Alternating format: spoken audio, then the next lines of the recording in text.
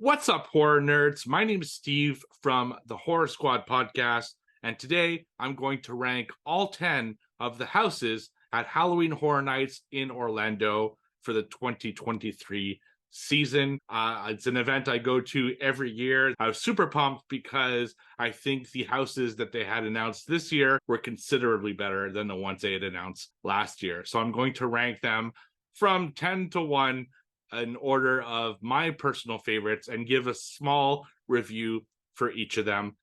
So there we go. At number 10, we have Chucky Ultimate Kill Count. This is, of course, based off the television show Chucky and a little bit off Child's Play, but mostly the TV show. I'm a big fan of Chucky, the character. I think he's awesome. He had a great scare zone years ago, which I really enjoyed. But for his house, not my favorite. Obviously, I ranked it absolute last of the year. It was just so bland. You know, Chucky is about kind of the wisecracks and the jokes and the over the top kills, and this house didn't have a ton of that. The thing that really kind of pissed me off about this house is, despite the fact that he's killing a bunch of people and there's blood everywhere and all that stuff, they bleep out his swear words. Like, what the fuck? It makes no sense that they would do that. I did the house 3 times, I believe, and it was a disappointment all 3 times. I actually gave it a 5 out of 10. So, I mean, it's not the worst house I've ever been in, but for this year, I think it was the worst. At number 9, we have Dueling Dragons Choose Your Fate. I thought the concept of this house was really cool. I'd heard that you can pick 2 different sides, either fire or ice. And I was really psyched to see what that would look like. So do I have to go through the house twice? Like, how does that all work? Is it a completely different maze each time you go? So it's basically 2 dueling wizards who are fighting between fire and ice. And I was disappointed with the house overall. I mean, there are some cool visuals. I like the contrast of kind of the orange colors and the blue colors, but you really don't make that choice until the very end. So at the very end, you get to choose between fire and ice. I personally think ice was slightly better than fire, but it's like for 1 room, basically. You could, which, like, why even make us choose at that point? It's just, it didn't feel like something special. I thought there should be kind of 2 houses into one, make something unique, even if they are a little bit shorter than usual. That would have been cool. So I was kind of disappointed overall, but still some cool visuals, and that's why I give it a 6 out of 10 this year. Going in at number 8, and this is a surprise to myself because I was really psyched for this house, and that is The Last of Us.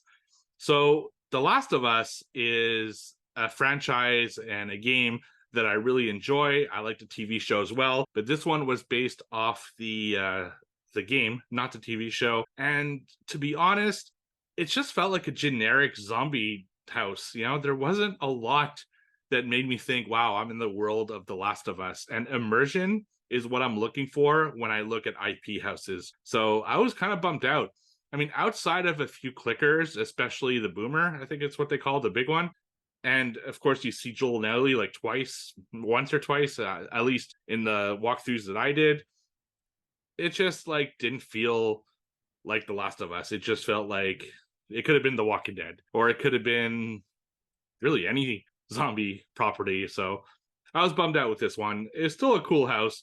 I gave it 7 out of 10, which is a decent score, but I think it had the potential to be a 10 and just didn't deliver. And again, this is just for Orlando. I hear the one in Hollywood is considerably better.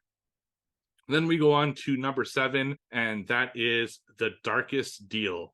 So this is another original house from Universal Studios. The Darkest Deal is kind of like a blues type soul type thing where you're kind of in these like music clubs and there's these big kills and stuff like that. I dug the aesthetic of this. I think the idea is great. The music was actually pretty good, but the house itself, although I did like it, I actually liked it more on my second walkthrough.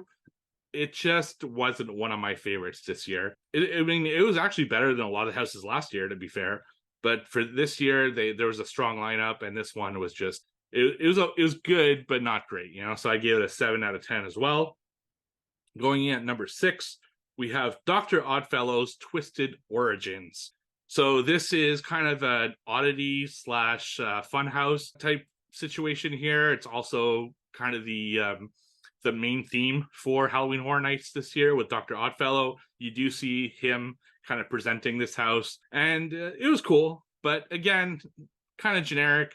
I've seen a lot of these kind of carnival type houses over the years, and this one didn't feel special in any way. I've seen some better ones in the past, and there were some cool scenes that I really enjoyed, but it wasn't something that was like mind-blowing in any way. So also gave it a 7 out of 10. I actually gave quite a few houses 7 out of 10, but it still remained at number 6. Going to number 5, we have YETI Campground Kills, another original house from Halloween Horror Nights. And yes, I'll just say it right now, another 7 out of 10. I like the idea of this one. It's Yeti and like maybe a bear killing some people in the 1950s like campgrounds, and there were some really awesome scenes. I really like the camping scenes in particular. I thought they were really cool, and if you're lucky enough to get the scares, and that's something in Halloween Horror Nights you might not get, they only scare, I'd say, every like 6th or 7th person, because if they scare constantly, then people would see it coming and it wouldn't be as effective. And sometimes you walk through and you just happen to miss all the scares. And I think that happened on both of my walkthroughs of this house. So maybe it could have been ranked higher had I gotten all the scares. But for what it was, when I did see the Yeti and when I did see the creatures of the house, I thought they were pretty cool. So 7 out of 10. And that's why I put it number 5. Number 4, we're going into a run of IP houses here. And this one is Universal Monsters Unmasked. I gave this one an 8 out of 10. So they've had Universal Monster houses for the last few years, at least. Last year's was terrible. I thought it was my least favorite house with the Mummy. This year, they went with the medley of some of the lesser-known Universal Monster movies, like Hunchback of Notre Dame. They had Phantom of the Opera, Dr. Jekyll and Mr. Hyde, and Invisible Men, I think is the 4 that were represented this year. I liked going through kind of the lesser known ones. We actually reviewed Phantom of the Opera last year on the podcast, and I really enjoyed that experience. We're doing another Universal Monsters film this year, and I'm pretty psyched about it. And they really did these rooms and these scenes well. I particularly like the Phantom of the Opera ones because I really felt like I was in the movie. They did a good job of separating them. And because there are 4 kind of movies represented, you don't get bored of the concept, because you do 2 or 3 rooms of one, and then when it's starting to get stale, you move into another like property, and that's a really great way to go. So like I said, 8 out of 10 on that one. Going over to my number 3, Stranger Things, this one based off season 4, Vecna's Lair and everything like that. I love the Stranger Things TV show, big fan of it, and I was really psyched about doing season 4 because Vecna is a true like horror character, based I think a lot on Freddy Krueger. So that was friggin' awesome. Visually, a huge delight. There's some awesome scenes in this. Vecna in particular is really good. There are a few scenes where you see him kind of hanging with all like the vines and stuff around him. Yeah, it was awesome. I really like this house. I guess where my disappointment is a little bit is the running up the hill scene, if you know what I'm talking about, was very disappointing. Like, they didn't do it the way that I thought they should. It was basically just shadows on a screen, and you could barely hear the iconic music playing in the background, which was kind of disappointing. And also at the end, of course, you have to expect it. You get Eddie's Master of Puppets scene, and I don't know if was that actually Master of Puppets, because I don't know, it felt a little generic version of it. Maybe they altered it a little bit, or maybe it was just the way the audio was, didn't sound as good as I thought it would. And also, he's not playing the guitar. I hear that's a rights issue where Metallica said don't fake play Master of Puppets in the house. So the guitar's like kind of on the floor next to Dusty and Eddie. So yeah, I still like the house. I thought it was cool, but it was just a little bit of a disappointment. I gave it 9 out of 10. At number 2, we have the last IP house. So surprisingly, it's a original house that took number 1. But my last IP house was The Exorcist Believer. I really like this house. So I really like the Exorcist house that they did a few years ago with like the original Exorcist, and that was one of my favorite houses ever. And this movie, although I think the trailer looks good and it's the Exorcist, which I love, it's a sequel, which is cool. I'm not a fan of David Gordon Green, so I'm a little afraid of what he's going to do to it. I think this house was based just on the trailer, from what I could see, because I was a little afraid that since I couldn't see the movie till October, that I would lose a lot of context, but I didn't, because if I, having seen the trailer, I recognize all the scenes, and I think that's how they decide to do that house, is base it off the trailer. It was really friggin' cool. There's some great scenes in there. You see a bedroom repeated a couple times, which is what they did with the original Exorcist house as well, but it gets like worse off every time. There's one scene in particular, I like don't want to spoil it, but it was just really crazy with one of the two demons doing something just sick. And I love this house a lot more than I thought I would. So I gave it a 9 out of 10, and it was my favorite IP house of the year. But at number 1, we have an original house called Blood Moon Dark Offerings.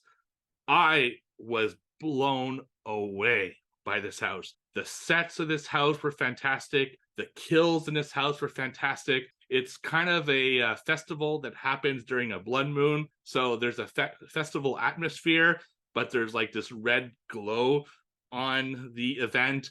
And there are just creatures everywhere, and blood and fire, and these just enormous sets. It was really, really, really cool. The same guy who designed this one designed the house with the boat last year. I forget what it was called. It was kind of like an old-timey shipwreck type thing in the winter. Man, what a great house. I loved every second of being in it. It smelled like fire. It had so much going on. They were big rooms. I didn't feel like I was confined a lot. A lot of houses, it's like a lot of hallways.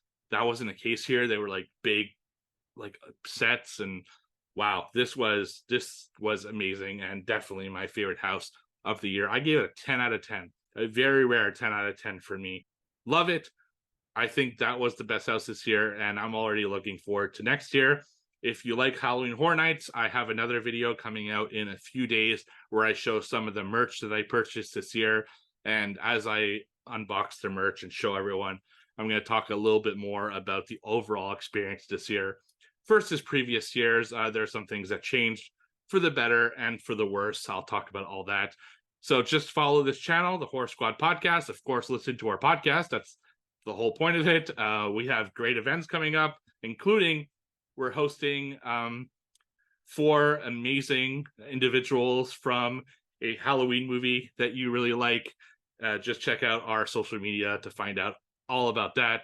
So thank you everyone for watching, and I will see you all on the flip side. Goodbye.